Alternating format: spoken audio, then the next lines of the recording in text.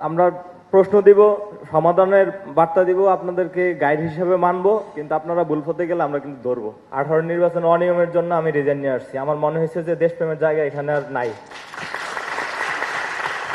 আমাকে হয়তো চিনবেন আরো পরে। আমি সবকিছু অবজার্ভ করতেছি। আমি এরকম না যে আপনাদেরকে দায়িত্ব ছেড়ে দিয়ে আমরা চুপ করে আছি। এ দেশের আমরা প্রশ্ন দিব, সমাধানের বার্তা দিব, আপনাদেরকে গাইড হিসেবে মানবো, কিন্তু আপনারা ভুল পথে গেলে আমরা কিন্তু ধরবো। অবশ্যই কোনো একটা এটা এটা অত্যন্ত শ্রুতিমধুর বক্তব্য।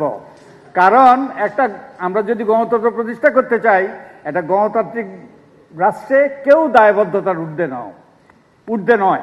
আমি রাষ্ট্র নিয়ে চিন্তা করি মোটামুটি ক্লাস 10 থেকে। এই 15 সাল 14 সালের নির্বাচনে আমার গ্রামে নির্বাচনের ইয়েতে গেছিলাম, আমার পুলিশে পায়ে বাড়ি দিছিল। আর 18 নির্বাচন ব্যবস্থা তখন একটা জায়গায় ছিলাম, পরে রিজাইন নিয়ে আসছি। আর্মিতে ছিলাম আমি। 18 নির্বাচন অনিয়মের জন্য আমি রিজাইন নিয়ে আসছি। আমার মনে হয়েছে যে দেশপ্রেমের জায়গা এখানে আর নাই। বিবেকবান ওকে। এই যে জাহিদুর রহমান ভাই সহ যারা স্বৈরাচারের বিরুদ্ধে, আমি তাদেরকে সহযোদ্ধা মনে করি। আমি একজন সহযোদ্ধাই তারা হয়তো আমাকে চিনে না ওইভাবে। আমি বারবার হতাশ হইতাম যে এই স্বৈরাচার মনে হয় যে 41 সাল ডেডলাইন দিয়ে রাখছে, ওই 41 সাল পর্যন্ত মনে হয় থাকবে।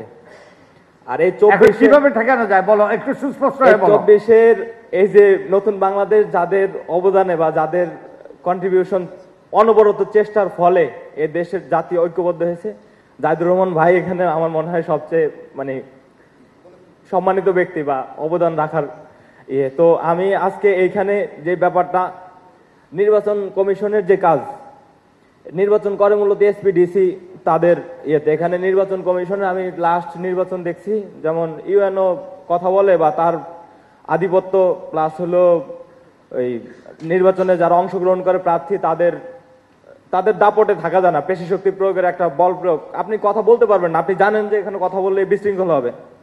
তো আমি একজন এসপির কথা মনে পড়ে যে আপনি আওয়ামী লীগ হন, কিন্তু আপনার আমি নির্বাচনে কারচুপি করে হতে দিব না।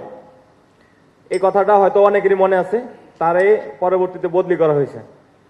তো আমি চাই নির্বাচন কমিশনে যারা দায়িত্ব থাকবে তারা বলবে যে আপনি যে দলেরই হন, আপনি কারচুপি করতে পারবেন না।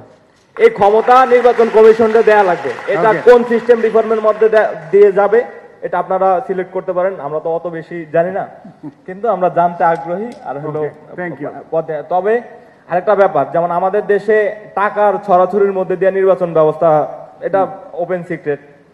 কিন্তু আমি চাই নির্বাচন কমিশন এরকম উদ্যোগ নিবে, প্রত্যেক নাগরিকের কাছে মেসেজ যাবে বা এটা ক্লিয়ার হবে যে কোনোভাবেই আপনার মেরুদণ্ড বা আপনার বিবেক টাকার কাছে বিক্রি করবেন না, এরকম আয়োজন কিন্তু আমি দেখি না।